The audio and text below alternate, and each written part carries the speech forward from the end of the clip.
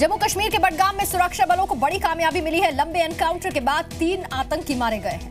बुडगोड़ा में देर रात मुठभेड़ शुरू हुई। सूत्रों के मुताबिक तीनों ही आतंकवादी हिजबुल मुजाहिदीन के थे।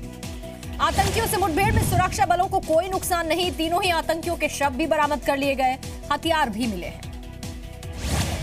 दक्षिण कश्मीर के शोपिया में 3 संदिग्ध युवक गिरफ्तार। पुलिस को अंदेशा किसी आतंकी संगठन में शामिल होने का प्लान ये बना रहे थे। शोपिया के जम्मू कश्मीर बैंक में 25 मई की डकैती के पीछे भी इन्हीं तीनों के होने का शक है। हथियार भी लूटे थे। अनंतनाग में अमरनाथ यात्रियों पर हमले के बाद सर्च ऑपरेशन। 4 आतंकियों की बड़े पैमाने पर तलाश जारी है। आतंकी हमले के बावजूद शिव भक्तों के जोश में कमी नहीं। जम्मू से रवाना हुआ 3791 श्रद्धालुओं का जत्था। अमरनाथ यात्रा के लिए भोपाल से भी रवाना हुआ श्रद्धालुओं का जत्था। आतंकियों को गोली का जवाब गोली से देने की मांग। अमरनाथ यात्रियों पर हमले को लेकर आम आदमी पार्टी विधायक अमानतुल्लाह खान का विवादित ट्वीट हमलों को गुजरात चुनाव से जोड़ा। अमानतुल्लाह के बेतुके ट्वीट की जमकर आलोचना। विवाद बढ़ा तो आम आदमी पार्टी विधायक ने ट्वीट डिलीट कर दिया।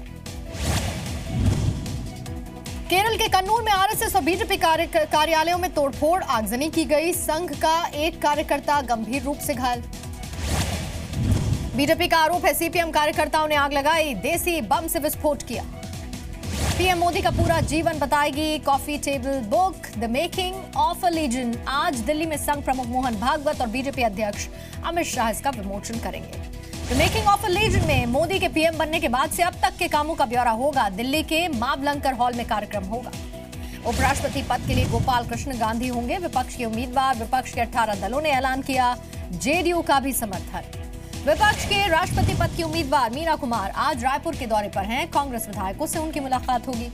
मनी लॉन्ड्रिंग केस में आज मीसा भारती के पति शैलेश से पूछताछ प्रवर्तन निदेशालय करेगा।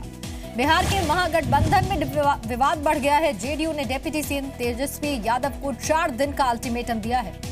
जेडीयू ने कहा तेजस्वी सबूतों के साथ पेश करें अपने बेगुनाही के सबूत। बीजेपी ने कहा इस्तीफा नहीं हुआ तो फिर आंदोलन होगा।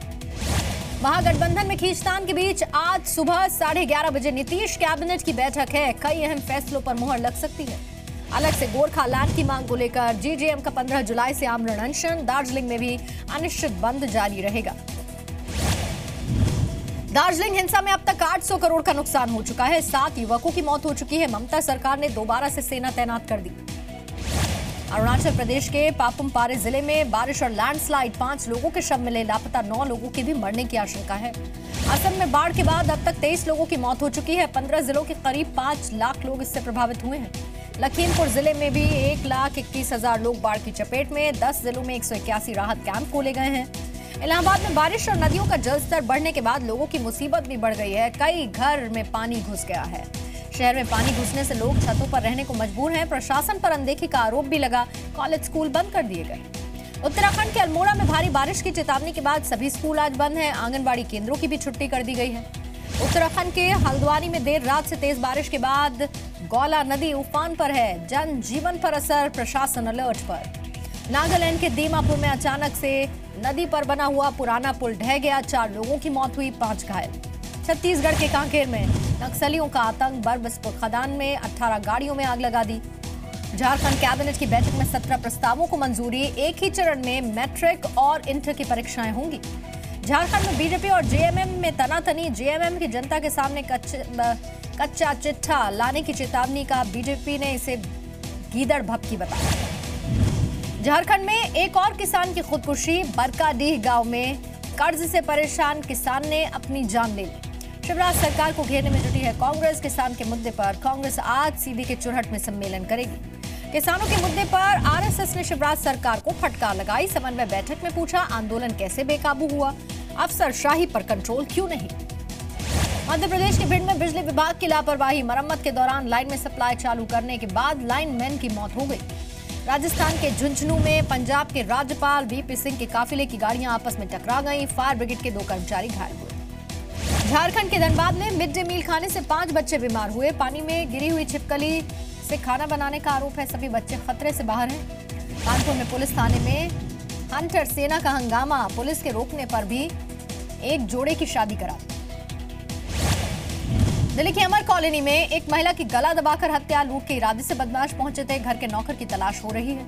दिल्ली के मंडावली में लोकल ट्रेन से कटकर एक व्यक्ति की मौत हो गई।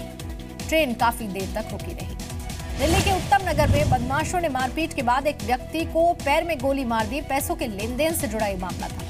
यूपी के नोएडा में अवैध उगाही से इनकार करने पर जिम ट्रेनर की हत्या, आरोपी फरार, परिवार ने प्रदर्शन, चक्का जाम की चेतावनी दी है।